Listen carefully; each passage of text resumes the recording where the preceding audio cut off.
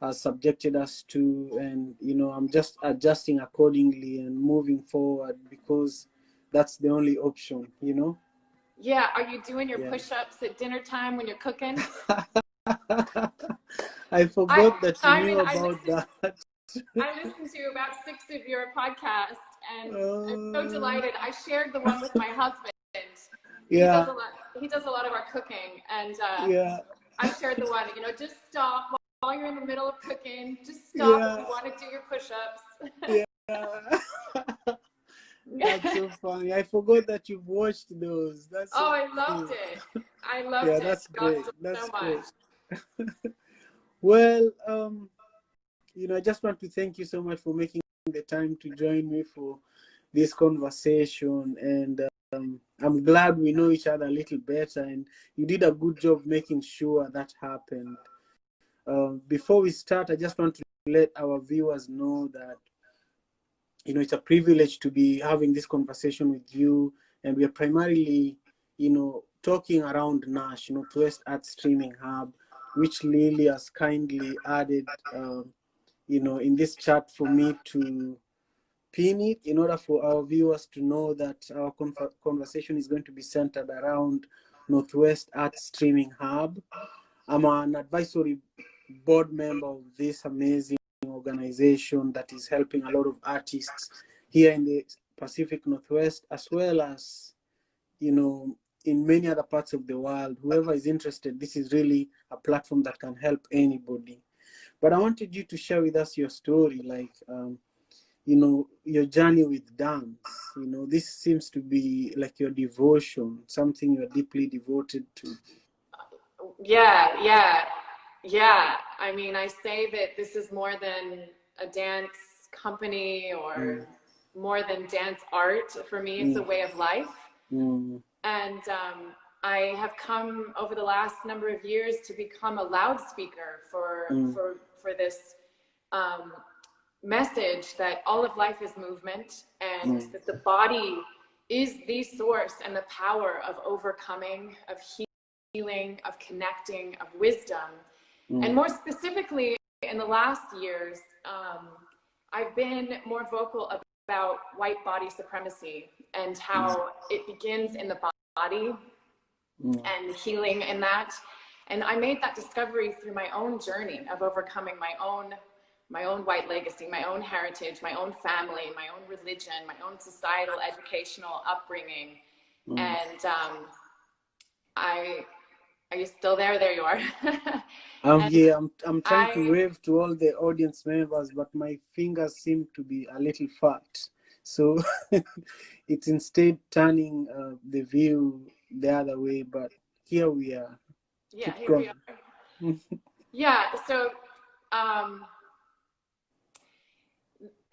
yeah, I think I said everything that I would say in that breath of why movement is so important and why the body has the power to create individual healing and transformation.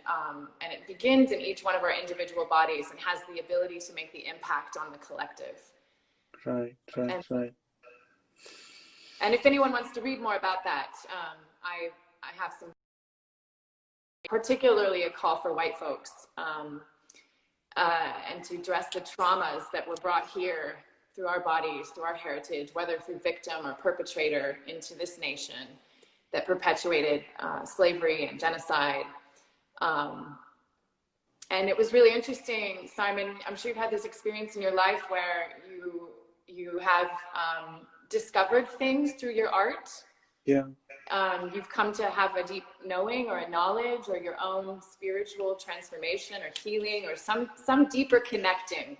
And then you come across somebody else's work, sometimes somebody that's even smarter than I am or you are. And I would just turn people on to Risma Medicum's work.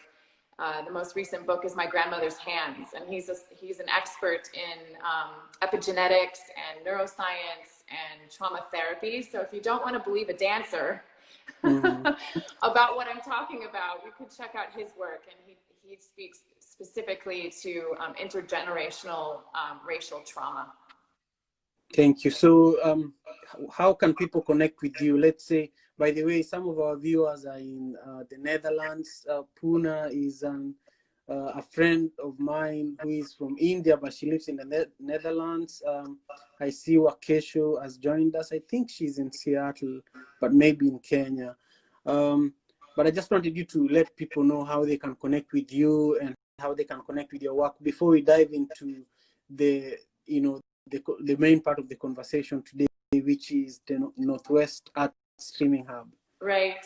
Right. Yeah. So I'm at the platforms of, here we are at IG. So I have my own Karins dance. I also have my Karin Stevens dance at the Instagram, and then same thing at Twitter, same thing at Facebook. Wonderful, wonderful. And if my kids want that new what's it called, Simon? the one where you can get all the dance moves in it. I don't have TikTok. That yet.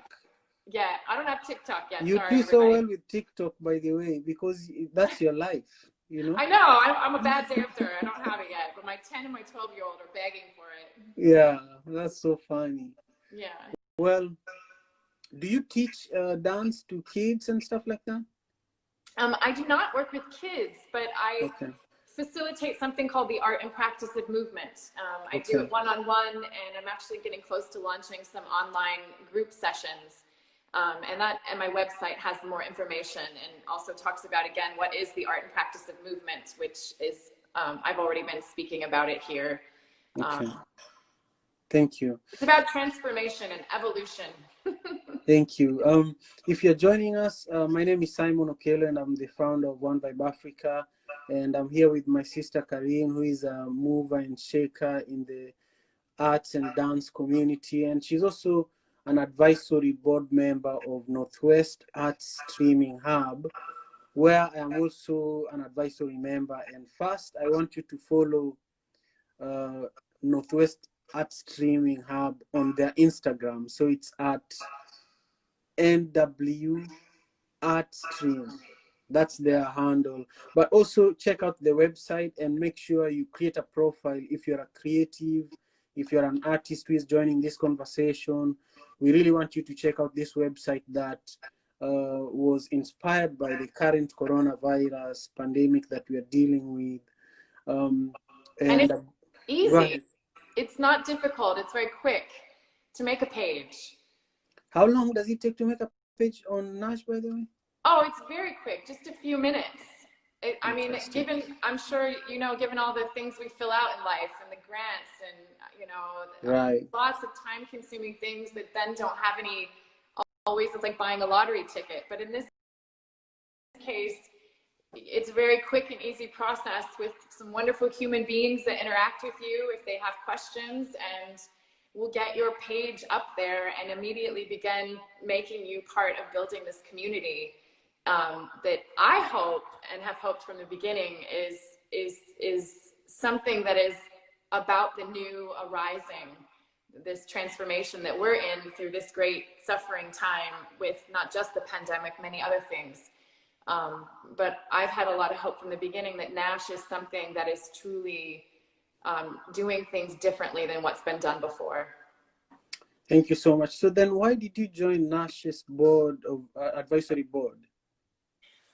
Well, I was really honored to be asked.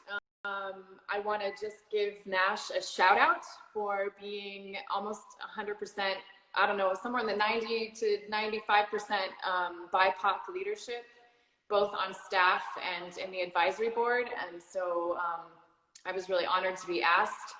I was most excited about it just purely from the moment that I heard about it. When I attended an early meeting, I think that the various people in the arts community were invited to, and like I said before, it was the first time in our nation and in our city, and I'm independent. I've never been affiliated with a large institution. I've been on my own. I was born and raised here in Seattle. This is my hometown. I could have stayed down in the Bay Area, but I came back specifically to be here, raise my children here. And it's not been an easy road. I've had the work, I've been making work for 20 years, or more than that now, but my company that I have has been a little over 10 years. And it's been a heartbreaking path at moments to build an audience and to figure out how to get into the pipeline, to connect with dance viewers. And so for the first time I felt, and I know I'm not alone in that feeling. I've heard it many times echoed throughout the arts, but specifically for dance. And when I heard about NASH and what they were aiming to do and to support through live stream, I thought this is a beautiful idea beyond just our needs right now during the pandemic. I think this is something that's going to be important even when we're able to have audiences someday. So when I was asked to be a part of the advisory board, I was super excited to jump on and give more of myself to something I really believed in. I've always wanted to be a community player, a person that's helping to build community, helping to build bridges. I love interdisciplinary work.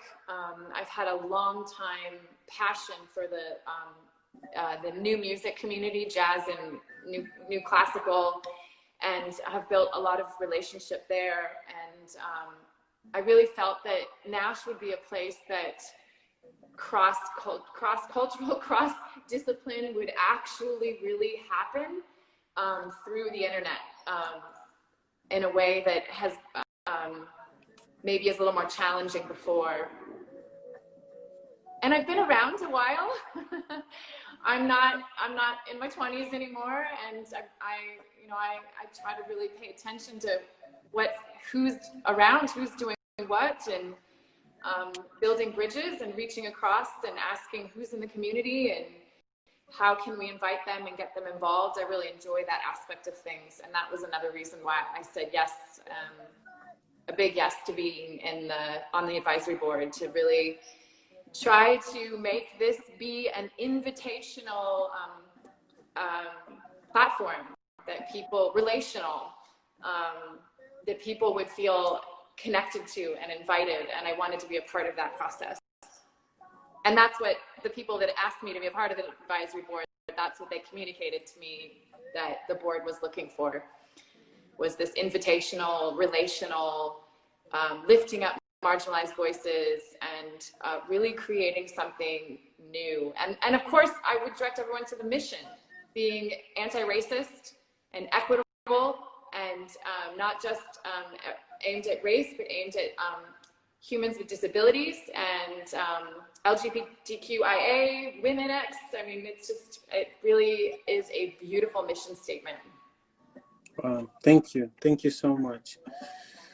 So, I've read some of your writing, and at the beginning of today's conversation, you also spoke very boldly about our current crisis, and I wanted you to speak about how music and the arts in general and dance have been used as tools of resistance, and how they can be applied to the current events.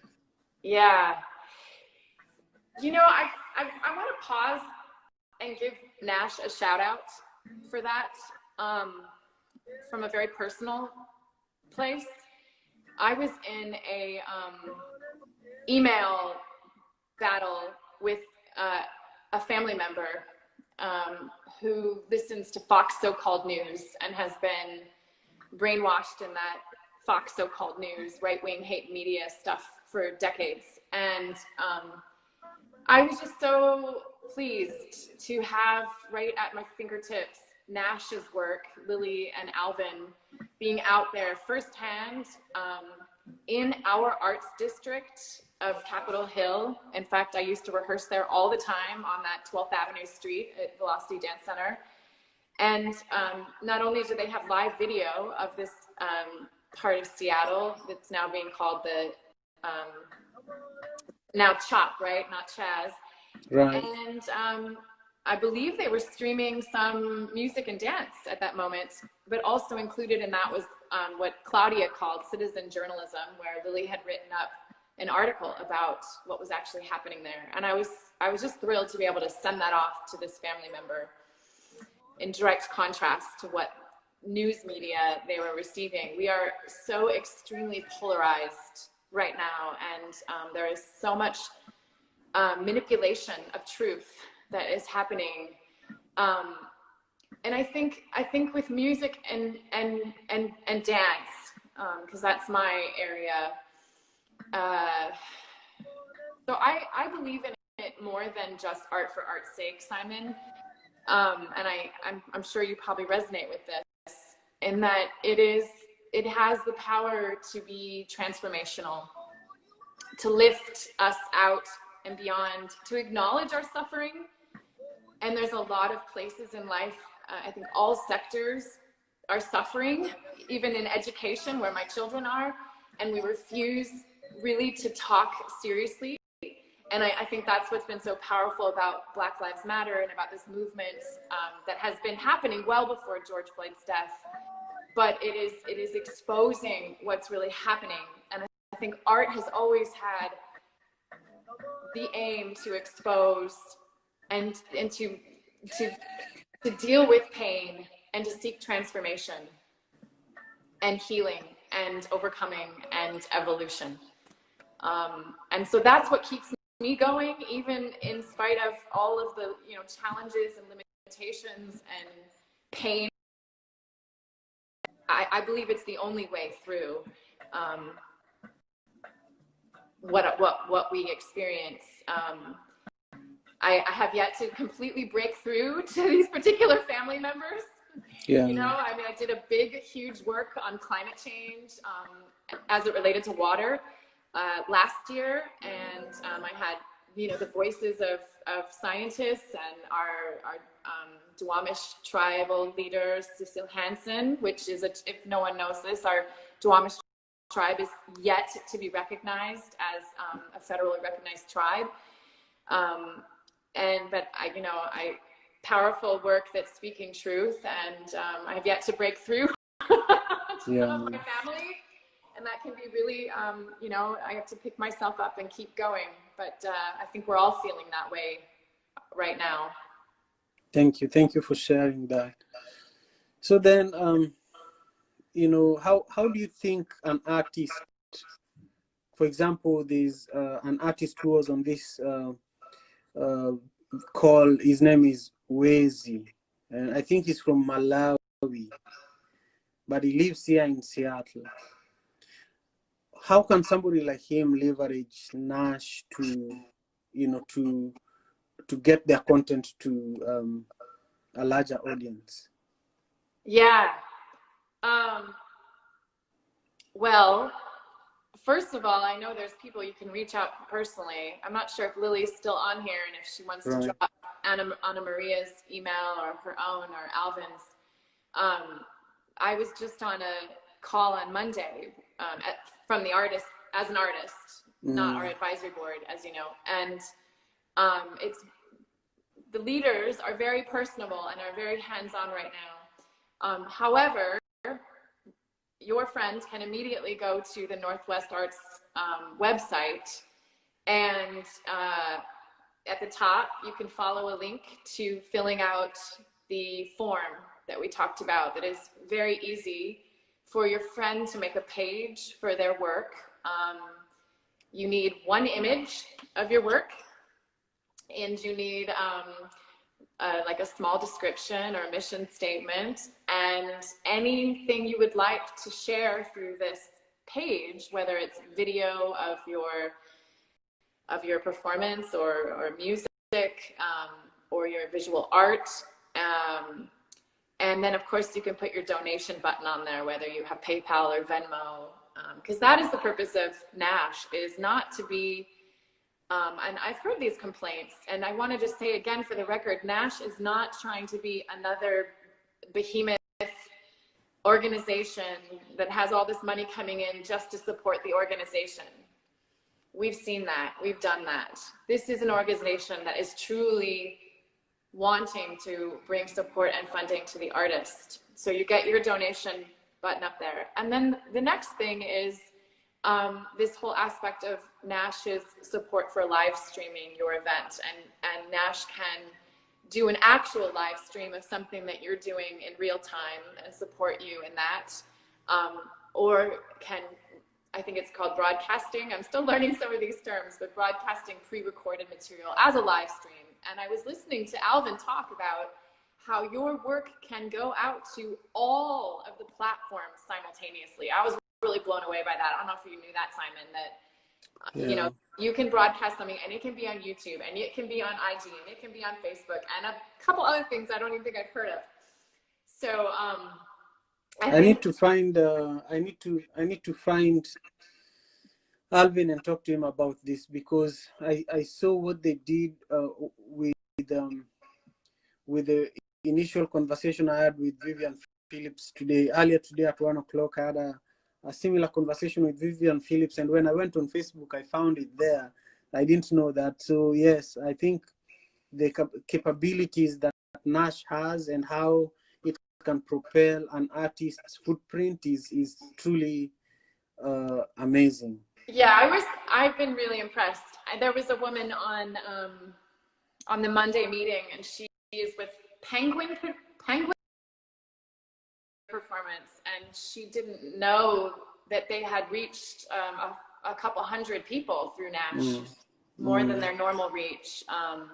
So I'm really excited about the potential that NASH has to level the playing field and really make this an equitable space where artists of all ages, that's something we talk about in dance. As you get older, as a choreographer, you're no longer the emerging cool artist. And so it gets harder for, you know, to keep promoting and receiving support. So age is an issue too, and all races and all sexual orientation. I mean, we are truly here to make this a place that finally we're building community for the arts, and a place also where we can know about each other.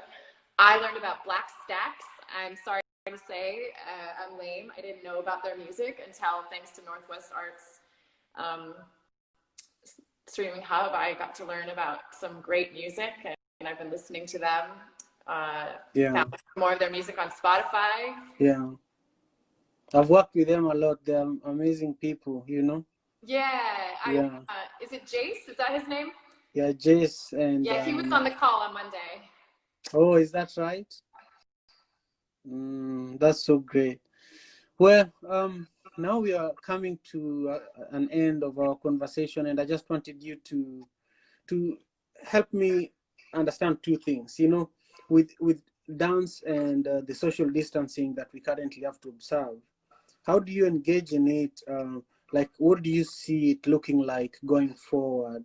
Yeah. And if you could just respond to that, and then just share anything else that I may have not asked, I would be grateful. Okay. Well, so I can only speak personally at the moment. I started creating, and I just started creating in a way that I knew would fit our phases. So I started working on a solo with another dancer through Zoom. And then I'm working on a duet, and the duet is almost finished. And now that we're in 1.5 and we're allowed to meet with people, up to 5 people outside, the 3 of us are meeting tomorrow at a location, and then the following week we're going to film that work. And we discussed whether we're going to wear masks or not. And the piece itself, I play with the 6-foot distance and on a circle, and so it speaks to that. And so maybe there'll be masks involved, but it's really up to the comfort of the dancers. And I am okay not wearing masks in that particular environment, being outside. But if they want to, we can. And then as we move into, you know, phase 2, I believe is up to 5 people outside our household outside. So it's just baby steps. But I'm thinking about what it means. There's another piece I want to resurrect, a section from 2017 that will speak, I think, well to this time for various reasons. And that, again, I would, be able to work separately, giving people pieces to work on, and then we would come together outside and depending upon if we're in phase 2 still throughout the summer, and have to film it in a way that respects the amount of people that can be together and distance. And I think it's going to be a while before we have audiences, live audiences. I doubt it'll even be in the fall. So did that answer your question? It did. And I just want to thank you for, taking the time and, communicating with me a lot prior to this. And to our viewers, I just want to let you know that I was speaking to Karin Stevens, who is a renowned dancer and mover and shaker here in Seattle, Washington, where we are all based. And we are both advisory board members of this amazing organization called northwestartstream.org. We have it pinned there for you to check out.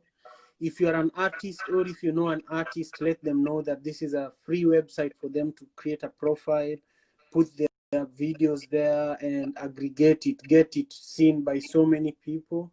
And also, if you're an artist and you're creating something from home and you want it to be streamed, NASH can also help you do that in a very amazing way and send it to all platforms. In fact, Madaraka Festival, which is happening on June 27th, is going to be streamed on NASH. And One Vibe also has a lot of our content on NASH as well. Yeah. Karin, go ahead. I think one last thing I would say is, there was discussion in the meeting on Monday about live stream and ticketed performances. And, we're not really in a situation where the kind of traditional way of getting people to buy tickets is set up in this situation yet. But I think this is a really important, deeper conversation about what it means to actually be a gift art economy, and really teaching the public that the public can give back. And I think we've tended to hope and rely on, the public grant systems or our own private donors, and creating these little silos of our own people. And I've got my donors and you've got yours, and that's such a problem. It is time soon to bring more public funding into the arts. And so I think that NASH has the potential as well to be a loudspeaker for what it means to build a community of supporters for the arts, and understanding what it means to directly give to these artists when you get to see this streaming free content. And I think this could potentially be a culture changer as well. So I'm hoping that more people will not be afraid to really, will not be afraid to let go of holding my work to myself, and just really open to putting ourselves out there and really sharing our work in the community, and speaking to each other and with each other, and to all our peoples that we bring to this space at NASH, about becoming supporters of the arts and having power in that, and what we can say through the arts because of the money we put into it and the support we put into the arts, beyond where we're going to have influence in politics. Thank you so much. Now, Lily just mentioned in the comments here that NASH also has the option to advise people with paywalls. Do you want to elaborate on that? Do you know a little bit about that? That's new. I think they did mention that on Monday's meeting, but so I'm glad to see her put that up there with a smiley face. So sorry, Lily, if I'm redirect. So yeah, there's a paywall option, and I'm obviously learning what that looks like too. Okay. Well, it means a lot that you made the time for us to have this conversation today. And for those who are joining us, my name is Simon Okelo, and I'm the founder of One Vibe Africa, and I'm here with my sister Karin Stevens, who is a wonderful dancer and an advisory board member of the Northwest Art Stream Hub. And I just thank you so much for taking the time, and I can't wait to see you on June 27th for Madaraka Festival. Karin, I hope you're going to have a watch party with your family for that. That would be wonderful. I look forward to it. We'll be dancing in our little studio in here. That's perfect. Yeah. Where's your studio located? It's in my home. Okay. Yeah, we were able to transform our garage in beginning of 2018. It's been a life changer for me to be able to work. Yeah, that's so great. That's so wonderful. Well, thank you so much, and